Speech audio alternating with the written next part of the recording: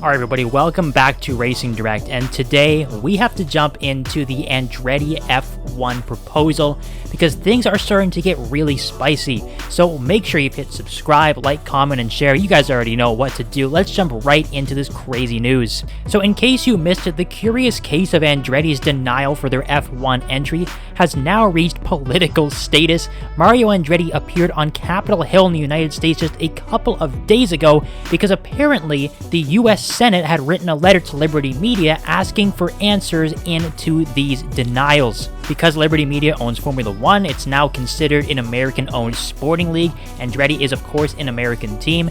They want answers. They want to get to the bottom of why they were denied because apparently it goes against their anti-competition laws in America. So while it was initially just some Congress members of the United States asking Liberty for some answers, it's now escalated to a whole new level because American Republican Jim Jordan has actually written a letter to Liberty Media demanding documents for why Andretti was denied an entry into Formula One.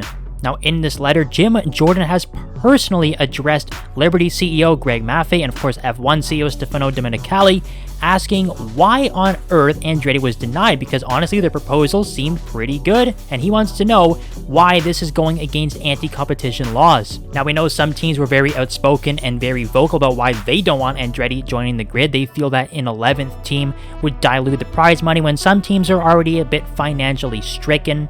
They're also concerned that Andretti for some reason would not be competitive off the hop. Well, that's kind of bizarre because for the longest time, there were 3 teams that didn't even have a point heading into Miami. Of course, Alpine has scored a big whopping 1 after Miami. We still have Sauber and Williams pointless, though, after 6 race weekends, and that includes 2 sprints. So that is definitely a bizarre reason, and honestly, I feel that's kind of why the American politicians really wanted to look into this a little bit more. They seem like Andretti has a pretty good proposal, and they don't really understand why he was denied.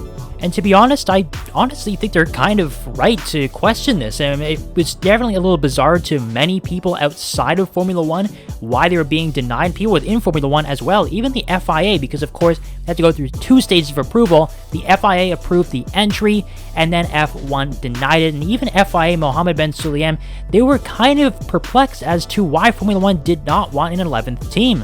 And of course, with a name like Andretti that is so big on a global scene, obviously Mario Andretti was a world champion in Formula One in 1978 as well. And as a team and team owners, Michael and Mario, they've won so much. They've competed in so many disciplines in motorsport. It's only logical they would now step into the pinnacle of racing in Formula One. But clearly that is not the way the F1 committee sees things. They do not feel that now is the time for Andretti to enter F1. And yes, from an outside looking in, if you look at WEC or IMSA or IndyCar, pretty much any other racing series on the planet, they will accept new entries with open arms. It's really only Formula One that will actively deny expanding their grids.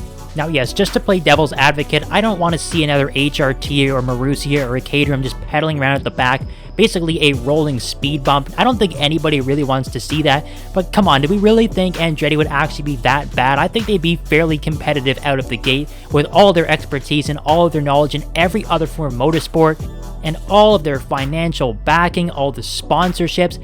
Every time F1 committee and the teams have said that they want more and more and more money from expansion fees, Andretti has agreed to meet it, yet they still won't let him in. Even after they reached that milestone deal with Cadillac, and after opening a brand new F1 facility in Silverstone, they are still receiving a big fat no from F1 for 2025 and 2026 entries. The only silver lining they've received is that they could be accepted in 2028. Well, actually, they said it's likely to be accepted in 2028 because that's when Cadillac will start building the engines for Formula One, and that's their main reasoning. They don't want Andretti using another engine for some reason. They don't feel that Renault could provide another engine. I know that was the main link that we had heard, the powertrain that they were going to use.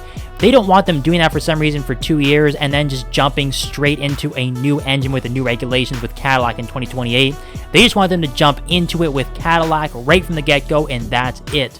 And that's really strange to me as well. If Andretti wants to spend more money on someone else's powertrain for the first couple of years, at least just to learn the ropes and get accustomed to Formula One and get ready for that Cadillac deal, then so be it. Let him do it. If it's not really working out from the first couple of years, then I guess tough luck on him, but at least he's gained some knowledge going into 2028 when he gets his deal with Cadillac in place. And you can say what you want about keeping politics out of Formula One. In pretty much every other occasion, I would totally agree with this. However, I think I speak for many people when I say I really want to see Andretti on the grid. It doesn't really matter to me what year. I honestly think the sooner the better though, especially considering all the young drivers we have coming up. Having 2 extra seats on the grid would just be phenomenal. There's so many reasons to have these guys on there, and I honestly think it outweighs the negatives that F1 is looking at.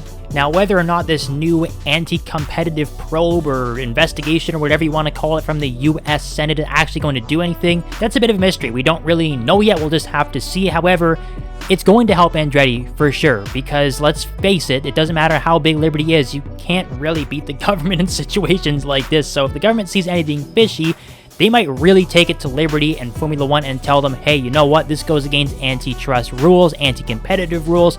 You have to get these guys on the grid as soon as possible. But we'll just have to see. I'm sure Andretti, Mario, and Michael, and everyone else associated with the team will be hoping for the best after this probe from the government. We'll just have to see what happens and keep you updated. But for now, make sure you hit subscribe again. Leave those comments down below. What do you think is going to happen from this new US government investigation into Liberty and F1's denial of Andretti? Always good to hear your thoughts, guys, so make sure you leave those comments, and we'll see you next time on Racing Direct.